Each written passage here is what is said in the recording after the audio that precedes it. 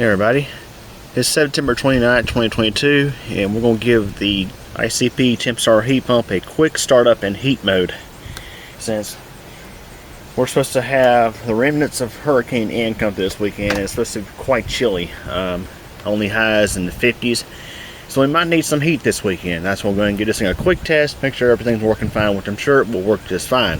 So anyways, here we go.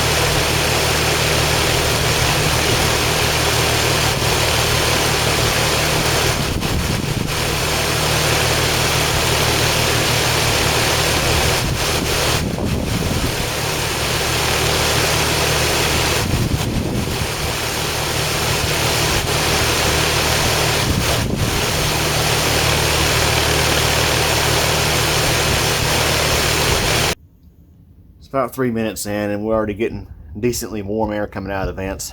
Like I mentioned, with it being in the upper 50s outside, heat pump should have no problem making warm heat.